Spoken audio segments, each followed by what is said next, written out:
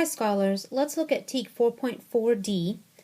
I can use strategies and algorithms, including the standard algorithm, to multiply up to a 4-digit number by a 1-digit number and to multiply a 2-digit number by a 2-digit number. Strategies may include mental math, partial products, and the commutative, associative, and distributive property.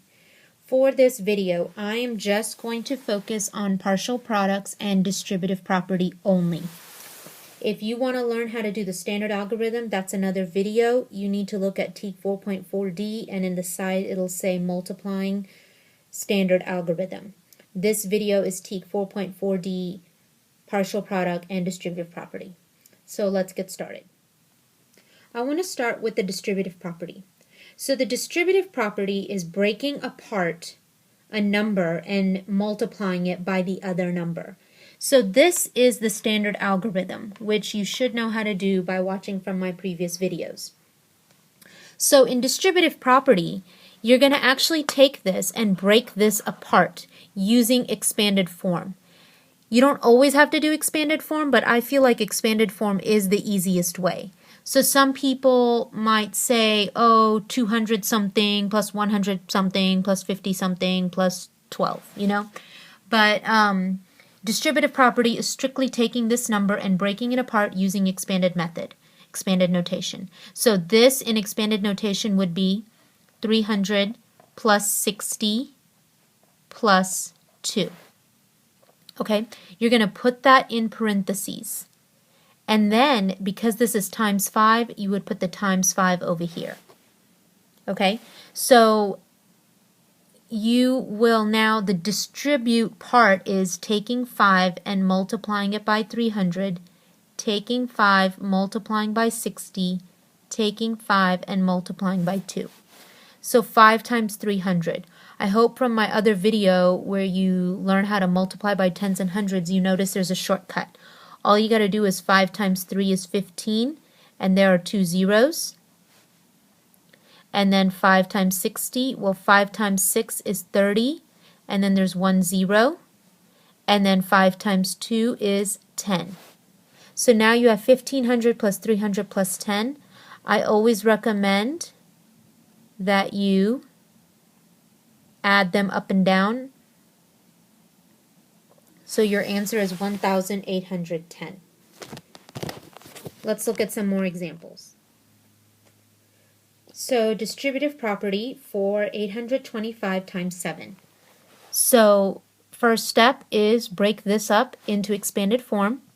So 800 plus 20 plus 5. This will be in parentheses. And then this times 7, you can put it here or here, it doesn't matter. And then the distributive part, what I always do when I'm first teaching this to students is, draw the arrow to show.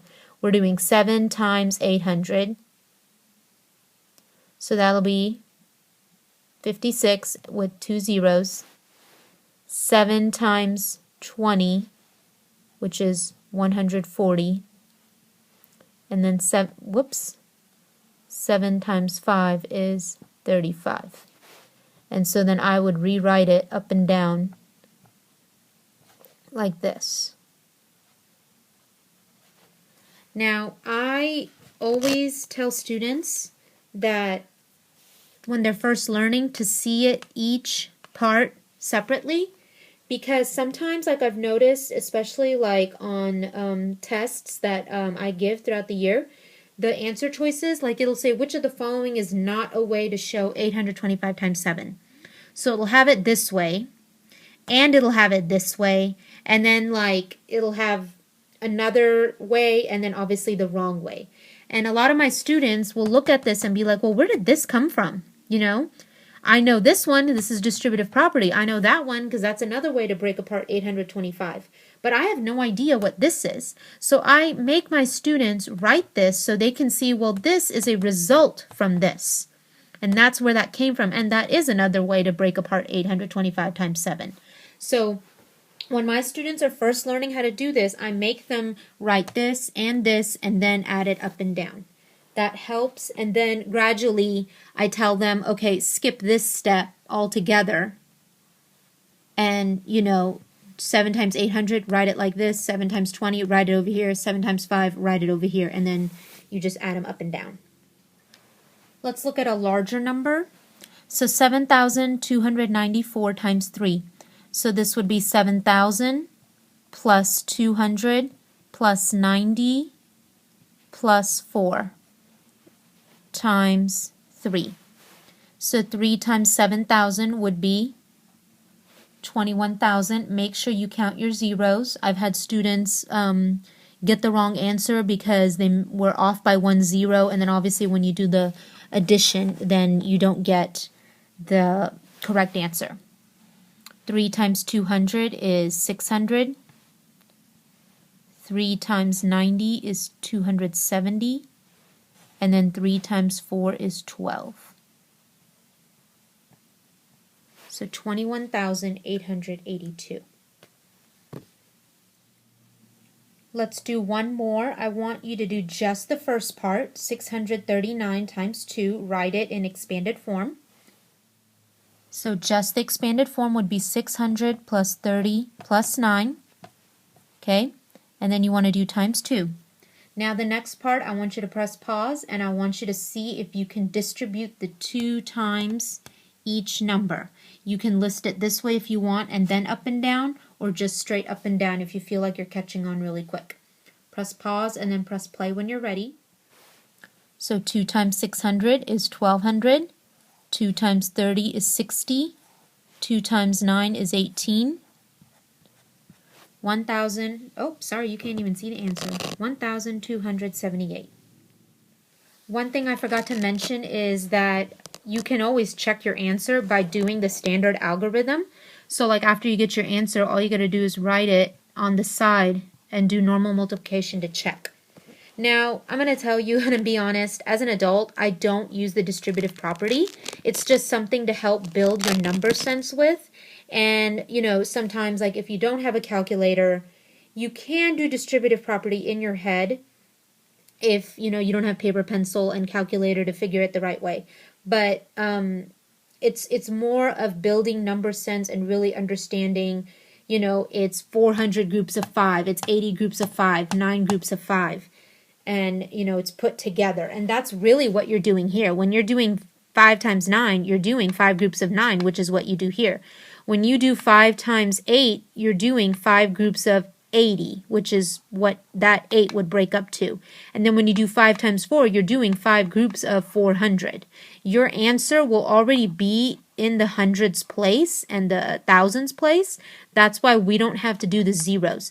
But over here, you have to. So go ahead and press pause and then press play when you're ready to check. Okay, so 400 plus 80 plus 9 times 5. 5 times 4 is 2,000. This 20 came from 5 times 4, or that 0 came from 5 times 4, so that's why there's 3 zeros in my answer. These 2 zeros come here.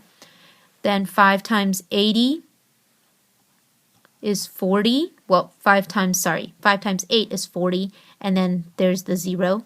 Then 5 times 9 is 45. So 2,000 plus 400 plus 45 equals 2,445. And you can check it. And my answers match up. I want you to do this one completely from start to finish and check it using standard algorithm. Press pause, work the problem, press play when you're ready to check. Okay, so let's get started. So we have here 6,000 plus 100 plus 90 plus 4, and all of that's multiplied by 3. 3 times 6,000 is 18,000. 3 times 100 is 300. 3 times 90 is 270. Whoops. 3 times 4 is 12. So I got 18,582. I'm going to check real quick.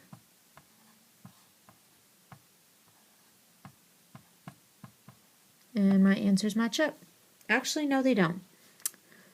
9, 18, 27, 28. Sorry, that's a 2, 3, 4, 5. Yes, now they match up.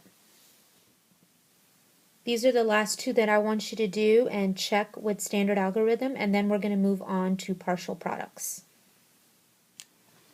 So 87 times 6, so this would be 80 plus 7 times 6. 6 times 8 is 480. 6 times 7 is 42. I got 522 as my answer. This here is 200 plus 40 plus 5 times 9. 9 times 2 is 1,800. 9 times 40 is 360. And then 9 times 5 is 45. 2,205. Before I go into partial products, I want to talk about distributive property with a 2-digit by 2-digit multiplication problem. So normally what you would do is you would take it and you would break it apart, right? And it would be 8 times 62. So you would just write 8 times, this. But in this situation, I have two 2-digit numbers. So not only are you breaking apart this and putting it in expanded form, you're also breaking apart this and putting it in expanded form. So partial products really goes right along with this, but I just want to show you, if you don't use the box method, which is what partial products goes off of, to do this through distributive property in parentheses, I always teach the FOIL method. The FOIL method is very effective. This stands for first, outside, inside, and last. First, outside, inside, last. So first, you would multiply the first numbers. So this is the first number and this is the first number. So I would do 40 times 60. Next, you would do the outside numbers. So this one is the outside and this one's also on the outside. So you would do 40 times 2. Then there's the inside numbers. This is in the inside, this is in the inside. So 8 times 60. Okay, and then last. This is last, this is last. 8 times 2. Notice there's 2 arrows above all my numbers, which means I used each one twice. So this takes some practice. The multiplication's not hard, it's just being aware what's exactly first, what's considered outside, what's considered inside, what's considered last. And so then you would do the multiplication, so 2,480, 480, and then 16, and then you would add those up. I'm going to show you partial products with these exact same numbers, and you're going to see that you're going to get the same answer. But just wanted to show you distributive property through 2-digit by 2-digit.